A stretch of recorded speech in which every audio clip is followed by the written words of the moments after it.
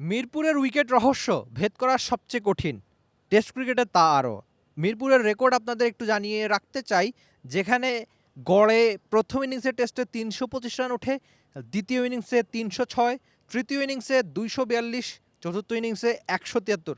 এই মাঠের সবচেয়ে বেশি রান টেস্টে ৭৩০, যেটা করেছিল শ্রীলঙ্কা বাংলাদেশের বিপক্ষে, আর সর্বনিম্ন ৮৭ বাংলাদেশ তা করেছিল পাকিস্তানের বিপক্ষেই। সবশেষ ২ বছর মিরপুরে পেস ২১টা উইকেট পেয়েছে দুটো ম্যাচে, স্পিনে সেখানে ৪৬টা উইকেট। আবারও মিরপুর টেস্ট, আবারও কি স্পিনারদের সাফল্য রহস্য দেখা যাবে এই মাঠে।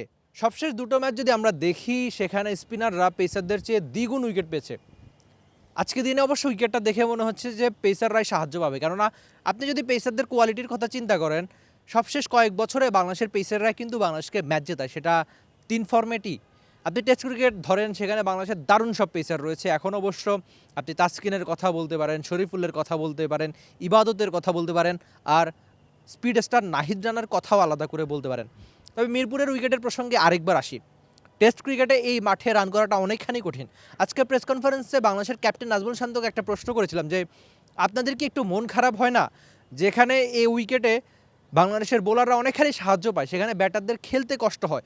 হয়তো যদি ব্যাটিং ফ্রেন্ডলি উইকেটে তারা খেলতেন, স্পোর্টিং উইকেটে খেলতেন, যেখানে রান করাটা তুলনামূলক সহজ, সেসব উইকেটে খেললে তো শান্তদের ব্যাটিং গড় 30-35-এর মধ্যে আটকা থাকতো না, হয়তো আরও একটু বেশি হতো।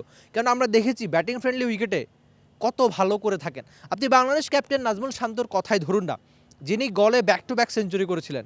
মিরপুরেও তার দারুণ সব ইনিংস রয়েছে, সিলেটে একের বেশি সেঞ্চুরি রয়েছে। তো সব মিলিয়ে ব্যাটিং ফ্রেন্ডলি উইকেট পেলে তো তারা ভালোই করে থাকেন।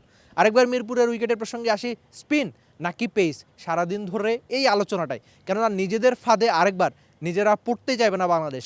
অন্যদিকে পাকিস্তান দলে দারুণ সব কোয়ালিটিফুল বোলার রয়েছে, তারা যদি একটুখানি উইকেটের ফায়দা পায়, সেক্ষেত্রে অবশ্যই দারুণ কিছুই করবে, সেটা পাকিস্তান আর বাংলাদেশ নিশ্চয়ই তা চাইবে না। আরেকটা বার আসি বাংলাদেশের ক্যাপ্টেন নাজমুল শান্তের প্রেস কনফারেন্সের প্রসঙ্গে। তিনি চাইছেন যে 400 রান করতে। এখন দেখা যাক 400 রান পাকিস্তানের মতো বোলিং অ্যাটাকের বিপক্ষে সত্যি কি বাংলাদেশ করতে পারে কিনা। মিরপুরের উইকেটে প্রথম আর দ্বিতীয় ইনিংসেই আপনাকে অবশ্যই বড় রান করতে হবে, টস জিতে আগে ব্যাটিং, যেটা আমরা আগে পরে দেখে থাকি যে টেস্ট ক্রিকেটে বেশিরভাগ সময় তাই করে থাকে মিরপুরে।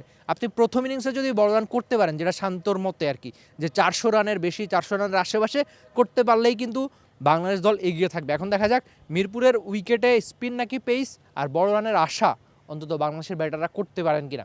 আপনি আপনার মন্তব্য জানিয়ে দিবেন যে মিরপুর টেস্টের একাদশ আপনি কেমন চাইছেন, উইকেট কেমন চাইছেন, সব মিলিয়ে বাংলাদেশ দল কেমন করবে, বাংলাদেশ কি সত্যি 400 রান করতে পারবে কিনা এই উইকেটে, সব কিছু মিলিয়ে আপনি আপনার মন্তব্য জানিয়ে দিবেন টি স্পোর্টসের কমেন্ট সেকশনে, যেটা আপনার জন্য সবসময় খোলাই থাকে।